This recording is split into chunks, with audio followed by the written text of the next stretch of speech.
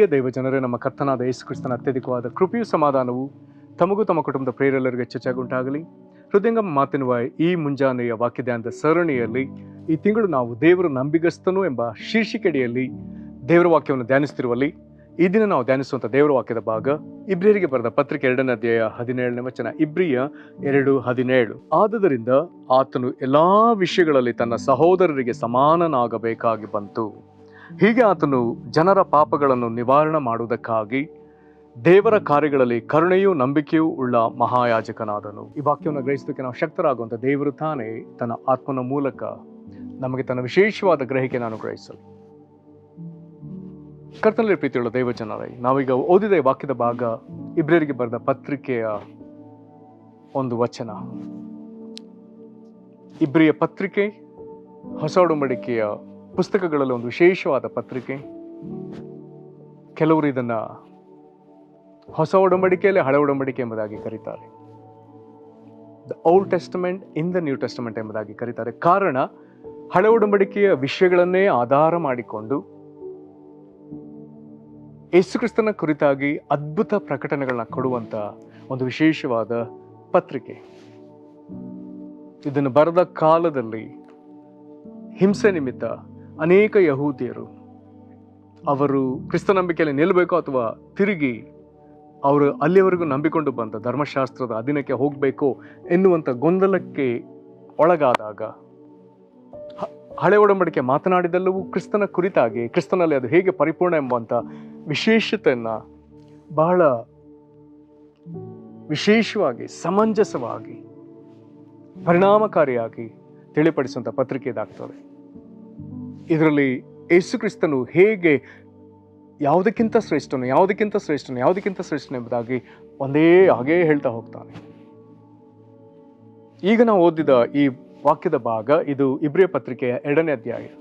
ಇಬ್ರಿಯ ಪತ್ರಿಕೆಯ 2ನೇ ಅಧ್ಯಾಯದಲ್ಲಿ ಯೇಸು ಕ್ರಿಸ್ತನು ಇಲ್ಲಿ ಶಿಲುಬೆ ಶ್ರಮೆಯನ್ನು ಅಧಿಕವಾಗಿ ಮಾತನಾಡುವಂಥ ಒಂದು ಅಧ್ಯಾಯವಾಗ್ತದೆ. 2ನೇ ಅಧ್ಯಾಯದಲ್ಲಿ ಆತನ ಶಿಲುಬೆ ಮರಣ, ಅದಕ್ಕೆ ಇರುವಂಥ ಕೆಲವು ಬಹಳ ನಿಖರ ಕಾರಣಗಳನ್ನ ಅದ್ಭುತವಾಗಿ ಇಲ್ಲಿ ವಿವರಿಸಲಾಗಿದೆ. ಪದೇ ಪದೇ ಓದಿ ಪದೇ ಪದೇ ಅದನ್ನು ಧ್ಯಾನಿಸಿ ಮನವರಿಕೆ ಮಾಡಿಕೊಳ್ಳಬೇಕಾದಂಥ ಒಂದು ಅಧ್ಯಾಯವಿದಾಗ್ತದೆ. ಇಲ್ಲಿ 2ನೇ ಅಧ್ಯಾಯದ ಭಾಗದಲ್ಲಿ ವಿಶೇಷವಾಗಿ 5ನೇ ವಚನದಿಂದ 18ನೇ ವಚನದ ನಡುವೆ ಯಾವ ರೀತಿಯಲ್ಲಿ ಯೇಸು ಕ್ರಿಸ್ತನನ್ನು ತೋರಿಸಲಾಗಿದೆ ಎಂಬುದಾಗಿ ಕೇಳಿದರೆ, ಈ 5ನೇ ವಚನದಿಂದ ಕೆಳಗೆ ಕೆಲವು ವಚನಗಳು ಯೇಸು ಕ್ರಿಸ್ತನು ದೇವದೂತರಿಗಿಂತಲೂ ಕಡಿಮೆ ಆಗಿದ್ದಾನೆ. ನಂತರದ ಕೊನೆಯ ಭಾಗದಲ್ಲಿ, 2ನೇ ಅಧ್ಯಾಯದ ಕೊನೆಯ ಭಾಗದಲ್ಲಿ ಯೇಸು ಕ್ರಿಸ್ತನು ಮನುಷ್ಯರಾದ ನಮಗೆ ಸರಿಸಮಾನನಾಗಿದ್ದಾನೆ. ಮತ್ತೊಮ್ಮೆ ಹೇಳ್ತಾನೆ, ಉನ್ನತೋನ್ನತನಾದ ದೇವರು, ಉನ್ನತೋನ್ನತ ವಾಕ್ಯ ಸ್ವರೂಪನಾದ ದೇವರು ಆತ ನರಾವತಾರದಲ್ಲಿ ಭೂಮಿಗೆ ಬರುವಾಗ ತನ್ನನ್ನು ದೇವದೂತರಿಗಿಂತಲೂ ತಗ್ಗಿಸಿಕೊಂಡಿದ್ದಾನೆ ಮತ್ತು ಮನುಷ್ಯರ ವಿಧ ವಿಧ ಪಾಡುಗಳನ್ನ ಆತನು ಜ್ಞಾಪಕ ಮಾಡಿಕೊಂಡು ಅವುಗಳಲ್ಲಿ ನಮಗೆ ಸರಿಸಮಾನನಾಗಿ ಆತನು ಆಗಿದ್ದಾನೆ ಅನ್ನುವಂಥ ವಿಶೇಷ ಒಂದು ತಿಳುವಳಿಕೆನ ಅಧ್ಯಾಯ ನಮಗೆ ತಿಳಿಪಡಿಸ್ತದೆ. ಅದರಲ್ಲಿ ಈ ದಿನ ನಾವು ಓದಿದ ವಾಕ್ಯ ಭಾಗ ಹೇಳ್ತದೆ, ತನ್ನ ಸಹೋದರರಿಗೆ ಸಮಾನನಾಗಬೇಕಾಗಿ ಬಂತು. ಹಾಗಾದ್ರೆ ಇಲ್ಲಿ ಆ ಸಮಾನನಾದ ಭಾಗವನ್ನ ಆತನು 14ನೇ ವಚನದಲ್ಲಿ ವಿಶೇಷವಾಗಿ ಹೇಳ್ತಾನೆ. ಹೇಗೆ ಹೇಳ್ತಾನೆ? ಇಬ್ರಿಯ 2:14. ಇದಲ್ಲದೆ ಮಕ್ಕಳು ರಕ್ತ ಮಾಂಸಧಾರಿಗಳಾದ್ದರಿಂದ ಅಥವಾ ಮಕ್ಕಳು ರಕ್ತ ಮಾಂಸಧಾರಿಗಳಾಗಿರುವುದರಿಂದ ಆತನು ಅವರಂತೆಯೇ ಆದನು.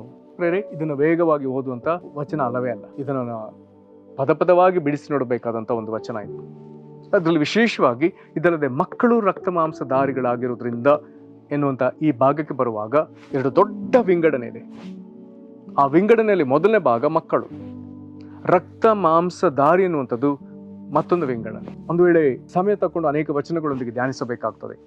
ಆದರೂ ಸಂಕ್ಷಿಪ್ತ ಗ್ರಹಿಕೆ, ನೇರ ಗ್ರಹಿಕೆಗೆ ಬಂದ್ರೆ, ಮಕ್ಕಳು ಎಂಬುದಾಗಿ ಹೇಳುವಾಗ ದೇವರ ಸಾರೂಪ್ಯವುಳ್ಳವರು, ಮಕ್ಕಳು ಎಂಬುದಾಗಿ ಹೇಳುವಾಗ ದೇವರ ಸ್ವಭಾವದವರು, ಮಕ್ಕಳು ಎಂಬುದಾಗಿ ಹೇಳುವಾಗ ದೇವರ ಮಹಿಮೆಯನ್ನು ಧರಿಸಿಕೊಂಡವರು, ಆದರೆ ರಕ್ತ ಮಾಂಸಧಾರಿಗಳೆಂಬುದಾಗಿ ಹೇಳುವಾಗ ದೇವರ ಸಾರೂಪ್ಯವನ್ನ ಕಳಕೊಂಡವರು. ರಕ್ತ ಮಾಂಸಧಾರಿಗಳು ದೇವರ ಸ್ವಭಾವವನ್ನ ಕಳಕೊಂಡವರು, ರಕ್ತ ಮಾಂಸಧಾರಿಗಳು ದೇವರ ಮಹಿಮೆಯನ್ನ ಕಳಕೊಂಡವರು. ಅಥವಾ ರಕ್ತ ಮಾಂಸಧಾರಿಗಳೆಂಬುದಾಗಿ ಇನ್ನು ವಿವರಿಸಲಿಕ್ಕೆ ಹೋದ್ರೆ ಪಾಪದ ಸ್ವರೂಪದವರು, ಶಾಪದ ಸ್ವರೂಪದವರು, ಮರಣದ ಸ್ವರೂಪದವರು.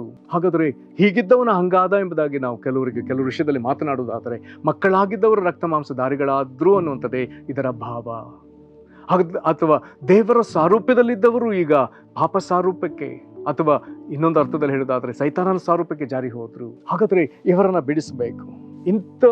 ಇಂಥ ಮೋಸದ ಸ್ಥಿತಿಗೆ ಹೋದವ ನಮ್ಮನ್ನ 17ನೇ ವಚನದಲ್ಲಿ ಸಹೋದರರು ಎಂಬುದಾಗಿ ಹೇಳಲಾಗಿದೆ. ಹಾಗಾದ್ರೆ ದೇವರು ನಮ್ಮನ್ನ ಇಂಥ ಕನಿಷ್ಠ ಸ್ಥಿತಿಗೆ ಹೋದ ನಮ್ಮನ್ನ ಸಹೋದರರು ಎಂಬುದಾಗಿ ಕರೆದಿದ್ದಾನೆ. ಅಥವಾ ಮಕ್ಕಳಾಗಿ ನಾವು ಜಾರಿ ಹೋದವರನ್ನ ನಮ್ಮ ನೋಡಿ ಆತನು ಅನುಕಂಪ ಪಟ್ಟಿದ್ದಾನೆ. ಹಾಗಾದ್ರೆ ನಮ್ಮಂತೆ ಆಗ್ಬೇಕೆಂಬುದಾಗಿ ಆತನು ಈಗ ತೀರ್ಮಾನಿಸ್ತಾನೆ. ಯಾವ ಕಾರಣಕ್ಕೆ? ನಾವು ಯಾವ ಹೀನ ಸ್ಥಿತಿಗೆ ಜಾರಿ ಬಿದ್ದೆವೋ ಆತನ ಹೀನ ಸ್ಥಿತಿಗೆ ಬಂದು ಅದರಲ್ಲಿ ಅನುಭವಿಸಬೇಕಾದ ಪಾಡುಗಳನ್ನೆಲ್ಲ ಮರಣದ ತನಕ ಅನುಭವಿಸಿ ನಂತರ ಆತನು ಆ ಮರಣದಿಂದ ಹೊರಗೆ ಬರಬೇಕು. ಆತನು ಮರಣದಿಂದ ಹೊರಗೆ ಬರುವಾಗಲೇ, ಇಲ್ಲಿ ವಾಕ್ಯವನ್ನು ಮುಂದುವರೆದ್ರೆ ಇದು ಮರಣದ ಕುರಿತಾಗಿ ಮಾತನಾಡ್ತದೆ. 14ನೇ ವಚನಕ್ಕೆ ಮತ್ತೆ ಬರೋಣ. ಇದಲ್ಲದೆ ಮಕ್ಕಳು ರಕ್ತ ಮಾಂಸಧಾರಿಗಳಾಗಿರುವುದರಿಂದ ಆತನು ಅವರಂತೆಯೇ ಆದನು.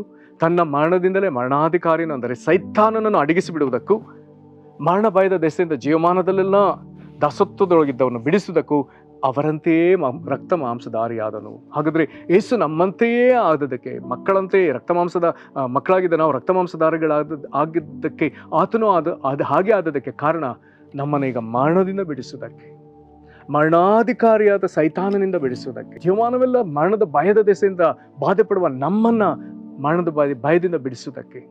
ಹಾಗಾದ್ರೆ ಹೀಗೆ ಮರಣಾಧಿಕಾರಿಯಿಂದ ಸೈತಾನ್ನಿಂದ ಅಂದ್ರೆ ಮರಣಾಧಿಕಾರಿಯಿಂದ ಮತ್ತು ಮರಣದ ಭಯದಿಂದ ಬಿಡಿಸುವುದಕ್ಕೆ ಈಗ ಆತನು ಮರಣವನ್ನೇ ಅನುಭವಿಸ್ತಾನೆ. ಆತನು ಮರಣವನ್ನು ಅನುಭವಿಸಿ ಹಾಗೆ ಹೋಗಿದ್ರೆ ಏನು ನಮಗೆ ಪರಿಹಾರ ಸಿಗ್ತಿರ್ಲಿಲ್ಲ. ಹಾಗಾದ್ರೆ ಪರಿಹಾರ ಎಲ್ಲಿ? ಈಗ ಆತನು ಮರಣವನ್ನ ಜಯಿಸಿ ಹೊರಗೆ ಬರಬೇಕು. ಮರಣಾಧಿಕಾರಿ ಜೀವನಾಯಕನನ್ನು ಹಿಡ್ಕೊಂಡಲ್ಲ, ಈಗ ಜೀವನಾಯಕನು ಮರಣಾಧಿಕಾರಿಯನ್ನ ಸೋಲಿಸಿ ಹೊರಗೆ ಬರಬೇಕು. ಮರಣವನ್ನು ಭೇದಿಸಿಕೊಂಡು, ಪಾತಾಳವನ್ನು ಭೇದಿಸಿಕೊಂಡು, ಸಮಾಧಿಯನ್ನು ಭೇದಿಸಿಕೊಂಡು ಜಯವೀರನಾಗಿ ಮೃತ್ಯುಂಜಯನಾಗಿ ಆತನು ಈಗ ಹೊರಗೆ ಬರಬೇಕು.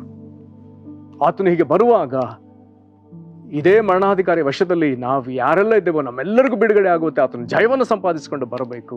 ಹೀಗೆ ಯೇಸು ಬರುವಾಗ ಮಾತ್ರವೇ ನಮಗೆ ಬಿಡುಗಡೆ. ಹಾಗಾದ್ರೆ ಈ ಒಂದು ಸಾಧನೆಯನ್ನು ಮಾಡುವುದಕ್ಕಾಗಿಯೇ ಯೇಸು ಕ್ರಿಸ್ತನು ದೇವದೂತರಿಗಿಂತಲೂ, ಯಾಕೆ ದೇವದೂತರಿಗಿಂತಲೂ? ಮರಣಾಧಿಕಾರಿಯಾದ ಸೈತಾನನು ಆತನು ತಳಲ್ಪಟ್ಟ ದೇವದೂತನೇ, ಆ ದೇವದೂತನಾಗಿ ನಿರ್ಮಾಣವಾದವನು, ದೇವರಿಗೆ ಆತನು ಬಂಡಾಯೇ ಎದ್ದು ದಬ್ಬಲ್ಪಟ್ಟವನು. ಅವನನ್ನು ಸೋಲಿಸುವುದಕ್ಕೆ ಅವನಿಗಿಂತಲೂ ಕಡಿಮೆಯಾಗಿ ಯೇಸು ಆ ದರ್ಜೆಯನ್ನು ತಕೊಂಡು ಬಂದಿದ್ದಾನೆ. ನಮ್ಮನ್ನು ಬಿಡಿಸುವುದಕ್ಕೆ ನಮಗೆ ಸರಿಸಮಾನನಾಗಿ ಬಂದಿದ್ದಾನೆ. ಹೀಗೆ ನಮ್ಮ ಕುರಿತು ಮಾತನಾಡುವಾಗ ಆತನು 16ನೇ ವಚನದಲ್ಲಿ ದೇವದೂತರನ್ನು ಕೈ ಹಿಡಿದವನೆಂದು ಬರೆದಿಲ್ಲ, ಅಬ್ರಾಹ್ಮನ ಸಂತತಿಯನ್ನು ಕೈ ಹಿಡಿದಿದ್ದಾನಷ್ಟೇ. ನಮ್ಮ ಕೈ ಹಿಡಿದಿದ್ದ, ನಮ್ಮನ್ನು ಅಬ್ರಾಹ್ಮನ ಸಂತತಿ ಎಂಬುದಾಗಿ ನಮ್ಮ ನೋಡಿ ಮನಮರುಗಿದ್ದಾನೆ. ಈಗ 17ನೇ ವಚನಕ್ಕೆ ಬರೋಣ. ಈಗ ಅದು ಹೇಳ್ತದೆ, ಆದ್ದರಿಂದ ಆತನು ಎಲ್ಲಾ ವಿಷಯಗಳಲ್ಲಿ ತನ್ನ ಸಹೋದರಿಗೆ ಸಮಾನನಾಗಬೇಕಾಗಿ ಬಂತು. ಹೀಗೆ ಆತನು ಜನರ ಪಾಪಗಳನ್ನ ನಿವಾರಣೆ ಮಾಡುವುದಕ್ಕಾಗಿ ದೇವರ ಕಾರ್ಯಗಳಲ್ಲಿ ಕರುಣೆಯು ನಂಬಿಕೆಯು ಅನ್ನುವಂಥ ಭಾಗದಲ್ಲಿ ಕೆಲವು ಭಾಷಾಂತರದಲ್ಲಿ ನಂಬಿಗಸ್ತನಾದ ಮಹಾಯಾಜಕನಾದನು. ಕರುಣೆಯು ನಂಬಿಗಸ್ತನಾದ ಮಹಾಯಾಜಕನಾದ. ಕರ್ತನಲ್ಲಿ ಪ್ರೀತಿಯುಳ್ಳ ದೇವಜನರೇ, ಯೇಸು ಕ್ರಿಸ್ತನು ಈ ರೀತಿಯಾಗಿ ದೇವದೂತರಿಗಿಂತಲೂ ಕಡಿಮೆಯಾಗಿ, ಸೈತಾನನ ಎದುರು ಕಡಿಮೆಯಾಗಿ ಆತನು ಬಂದು ಸೈತಾನನ ಮರಣಾಧಿಕಾರಿ ಅವನಿಂದ ಸಿಕ್ಕಿಕೊಂಡು ಬಾಧೆ ಪಡುವಂಥ ನಮ್ಮನ್ನು ಬಿಡಿಸುವುದಕ್ಕಾಗಿ ನಮಗೆ ಸಮಾನನಾಗಿ ಬಂದು ಮರಣವನ್ನು ಬಯಸಿ ಮೃತ್ಯುಂಜಯನಾಗಿ ಜಯಿಸಿ ಬಂದು ನಮ್ಮನ್ನು ವಿಮೋಚಿಸಿದ್ದಾನೆ. ನಮಗೆ ಪಾಪ ನಿವಾರಣೆ ಕೊಟ್ಟು ದೇವರ ಕಾರ್ಯಗಳಲ್ಲಿ ನಮಗೆ ಲಾಭ ಸಿಕ್ಕುವಂತೆ ನಮಗಾಗಿ ಆತನು ಕರುಣೆಯು ನಂಬಿಗಸ್ತನಾದ ಮಹಾಯಾಜಕನಾಗಿ ಆತನು ನಮಗೆ ಸಿಕ್ಕಿದ್ದಾನೆ. ಮತ್ತೆ ಮುಂದುವರೆದು ಹೇಳ್ತಾರೆ 18ನೇ ವಚನದಲ್ಲಿ, ತಾನೇ ಶೋಧಿಸಲ್ಪಟ್ಟ ಬಾಧೆಯನ್ನು ಅನುಭವಿಸಿರುವುದರಿಂದ ಶೋಧಿಸಲ್ಪಡುವವರಿಗೆ ಸಹಾಯ ಮಾಡೋದಕ್ಕೆ ಶಕ್ತನಾಗಿದ್ದಾನೆ. ಕರ್ತನಲ್ಲಿ ಪ್ರೀತಿಯುಳ್ಳ ದೇವಜನರೇ, ನೀವಾಗ ಯಾವ ಶೋಧನೆಯಲ್ಲಿ ಬಿದ್ದು ಬಾಧೆ ಪಡ್ತಿದ್ದೀರೋ ಅದರಿಂದ ನಿಮ್ಮನ್ನು ಬಿಡುಗಡೆ ಮಾಡುವಂತ ಶಕ್ತನು ಯೇಸು ಕ್ರಿಸ್ತನು. ಕಾರಣ ನೀವು ಹಾದು ಹೋದ ಆ ಹೋರಾಟ, ಶೋಧನೆ, ನರಳಾಟದ ಹಾದಿಯನ್ನು ಆತನು ಹಾದು ಹೋಗಿದ್ದಾನೆ. ಅದನ್ನು ಜಯಿಸಿಕೊಂಡು ಬಂದಿದ್ದಾನೆ. ಆತನು ಜಯಿಸಿಕೊಂಡು ಬಂದದ್ರಿಂದ ನಮ್ಮನ್ನು ವಿಮೋಚಿಸಲು, ಈ ಶೋಧನೆಯಲ್ಲಿ ನಮಗೆ ಜಯ ಕೊಡುವುದಕ್ಕೆ ಆತನು ಶಕ್ತನಾಗಿದ್ದಾನೆ. ನೀನು ಅನುಭವಿಸಿದಂಥ ಪ್ರತಿ ಪಾಡಿನಲ್ಲಿ ನಿನಗೆ ಜಯ ಕೊಡುವುದಕ್ಕೆ ಶಕ್ತನಾದ ರಕ್ಷಕನು, ಒಡೆಯನು, ಕರುಣೆಯು ನಂಬಿಗಸ್ತನಾದ ಮಹಾಯಾಜಕನು ಯೇಸು ಕ್ರಿಸ್ತನೇ.